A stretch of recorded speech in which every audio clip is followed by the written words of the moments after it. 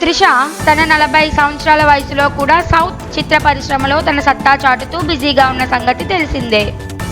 ఇటీవలే ఆమె షేర్ చేసిన ఒక ఫోటో నెట్టింట హల్చల్ చేస్తోంది.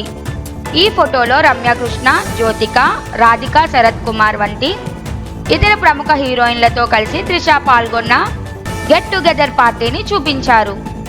ఈ ఫోటో చూసిన ఫ్యాన్స్ దీనిని పెళ్లి ప్రస్తావనగా తీసుకొని ఆమె పెళ్లి గురించి అనేక ఊహాగానాలు మొదలుపెట్టారు. గతంలో కూడా ఆమె పెళ్లి బట్టల్లో కనిపించి నెట్టింట ఉత్సాహాన్ని ప్రేరేపించింది. ప్రస్తుతం త్రిష తన సినిమాలపై పూర్తి దృష్టి పెట్టి బిజీగా ఉంది.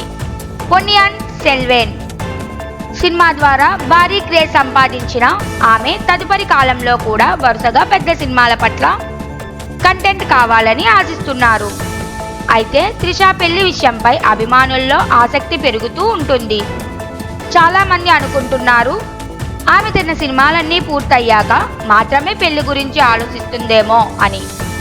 ప్రస్తుతం ఆమె పెద్ద స్టార్ హీరోలతో సినిమాలు చేస్తున్న తరుణంలో పెళ్లి విషయంపై ఆమె ఏ నిర్ణయం తీసుకుంటుందో చూడాలి.